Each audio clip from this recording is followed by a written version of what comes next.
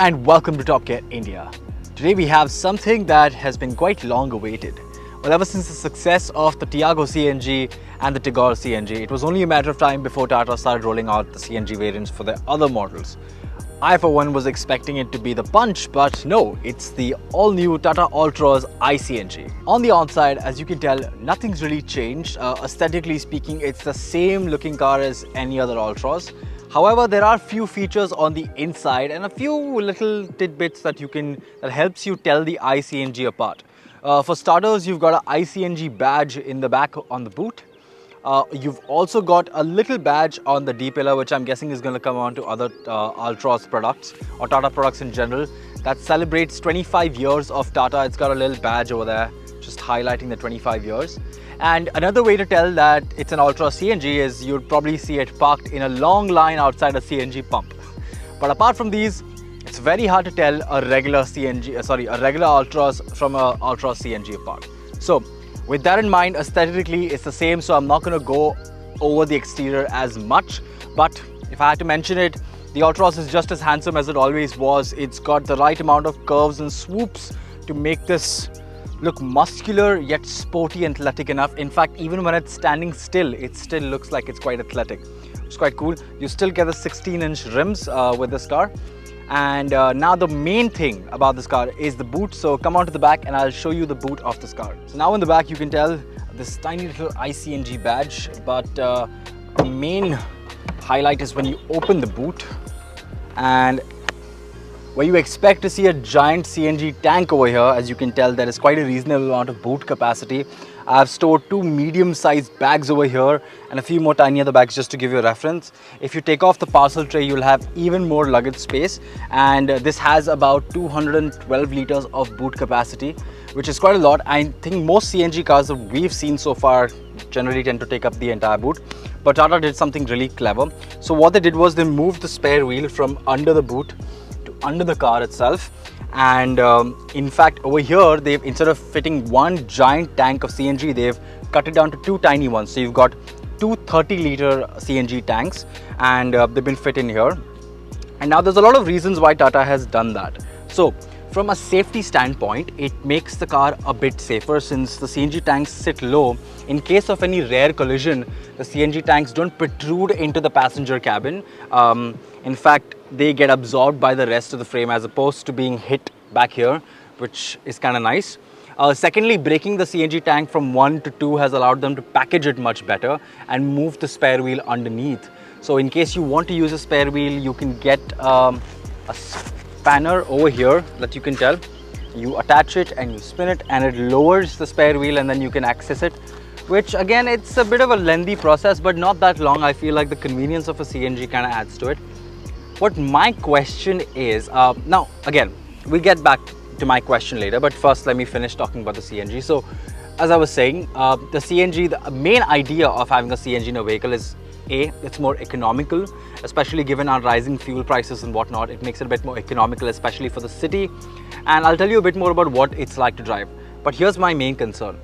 If Tata figured out how to manage to accommodate enough room to fit two giant 30-liter tanks of CNG, what was stopping them from fitting a giant battery in the back and making this full-on hybrid?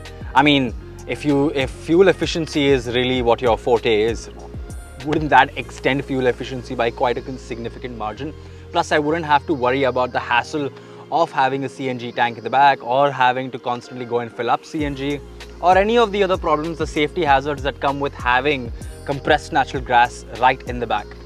So this is the question I did ask Tata, and what they had to say was that that's a technology that is still under development. And even though Tata has become quite the expert of shoving batteries in ICE vehicles and EVifying them, so to say, electrifying them, but I guess right now they're trying to target the CNG market because that's what's in need. And especially since the success of the Tigor and the Tiago CNG, I think Tata really saw a market for the Altroz CNG, which is why instead of going full hybrid, they've gone for CNG. But that's not to say that we cannot expect a hybrid variant in the future. Knowing well that Tata has learned how to package this well, I'm sure they can use this lower space much better for a battery in the future, or do something a bit more stylistic with the next iteration of the Altroz perhaps, or the next update. That being said, this is all about the CNG, so in case you were expecting something like that, nope, not gonna happen, and that's the answer I got from Tata, which to me seems like quite a reasonable answer to a certain degree and gives us as Tata fans something to look forward to. Anyway, enough about that. So this is the boot in a nutshell. Now in the interior, there are a few things that have changed that I will tell you about. So let's step on the inside and I'll tell you a bit more about the inside.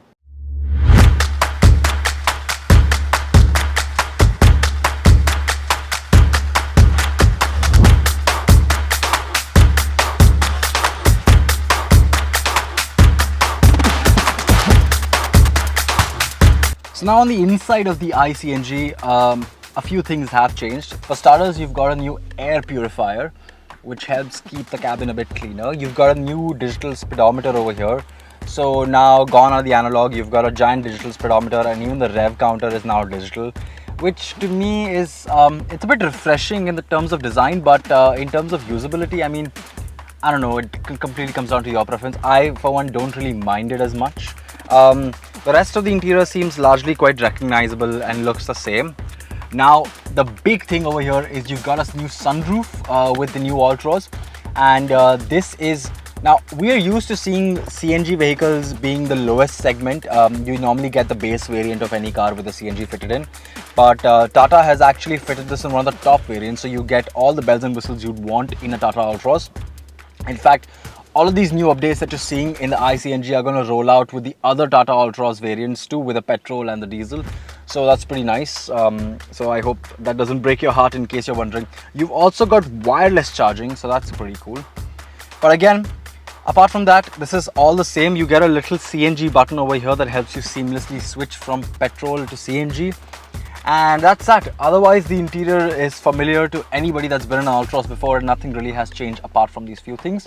And the same case is the back seat. It's just as spacious as before. Nothing has really changed over there too. So now let's talk about what the iCNG is like to drive.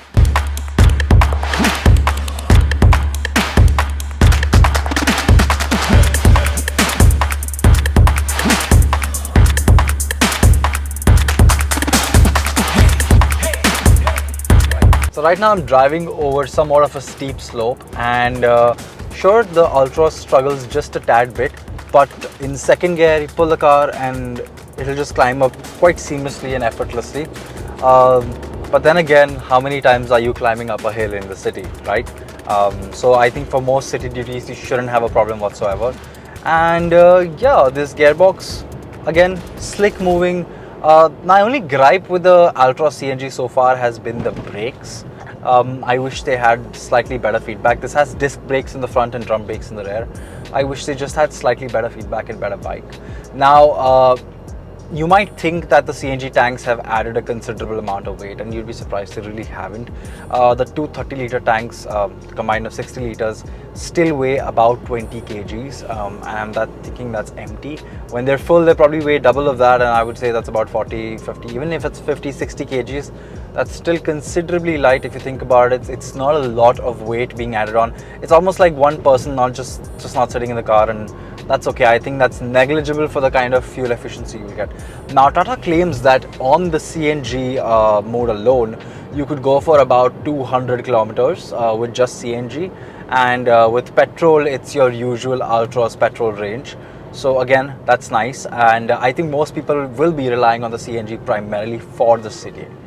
Now, rest of it, again, this is not a very exciting driving experience. The outside of the car looks a lot more sporty than the actual driving experiences. The driving experience seems to be a bit more focused on being easygoing, leisurely, enjoyable in the city. It's got a good turning radius, it's got good maneuverability, it's got good suspension. So its primary focus seems to just be city duty with the occasional highway run. But that being said, again, I see this car being quite friendly in a lot of aspects to families and youngsters, especially getting a first car on a tight budget. They don't have a lot of money to spend on fuel, and their commutes usually are locked inside the city. So for that, I think this car does a pretty fantastic job. Now, coming back to the warnings I told you about what Tata has in place with the CNG. So now here are a few safety precautions that Tata has put into place with the CNG. Alright, now this car has a fuel tank capacity of 37 litres, whereas the CNG capacity is about 60 litres, to put things into perspective.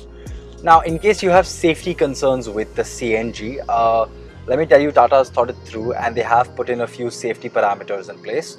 So for starters, they have used high quality materials so that they can minimize the chances of leakage ever occurring. Secondly, for example, say you are refueling the car from the outside, there's a separate button right where the nozzle is, so you can turn off the car from the outside of the car. It's essentially like a secondary ignition switch. In case you left the car on and you came out in a rush, you can just press that button and it'll turn off the car, so that way you can refuel safely.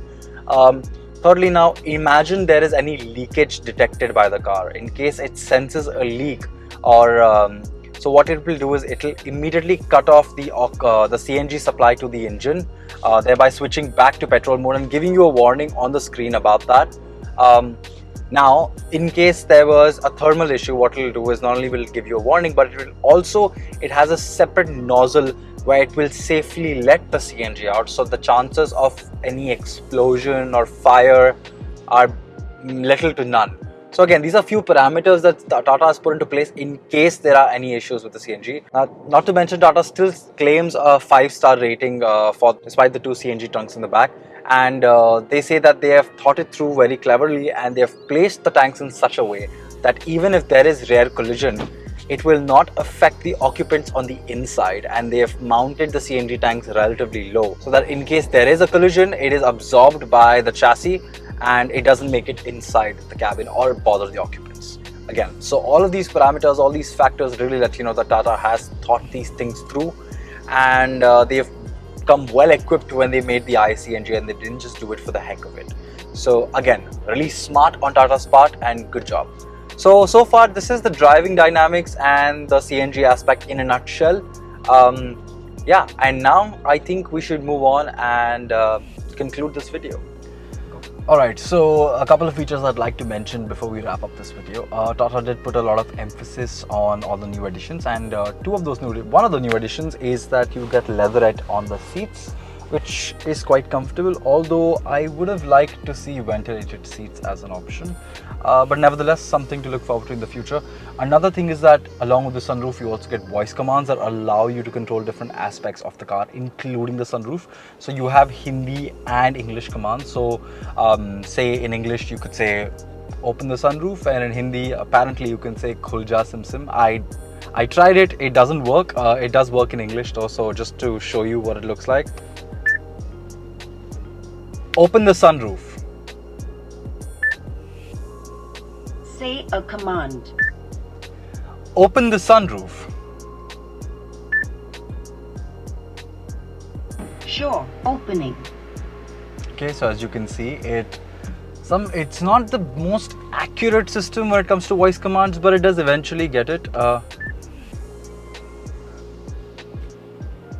it a minute. Close the sunroof. Sure, closing. Okay, and the sunroof is actually quite big. It might seem small, but it actually opens all the way, so that's quite nice. And yeah, that being said, it's time that we conclude this video. So, all things considered, the Tata Altroz seems like quite a well-prepared package for the city. Now, prices for the Tata Altroz iCNG start from about 7.5 lakhs and go up all the way to about 10.5 lakhs for the top variant. And I think at this price, it is quite accessible to a lot of people, especially if you want all the bells and whistles with your CNG vehicle, but you also don't want to compromise on practicality. Yeah, sure, it's not got the best practicality, but I think it is far better than any other CNG vehicle that you can currently get in the market, especially when it comes to being a hatchback. So if you're in the market to look for a practical city vehicle that you can drive around in the city and every now and then hit the highway, travel somewhere, and you want the comfort and convenience of both petrol and CNG, the Tata Altroz iCNG is quite a good package. Let us know in the comment section below if you think this car is your type or you would like it, or if so, let us know if you are excited to look at more CNG products in the future, if you are excited about maybe the future of electrification with the Altroz, and so much more to come ahead. Thank you so much for watching, and stick around to the Top Gear India YouTube channel for such further updates.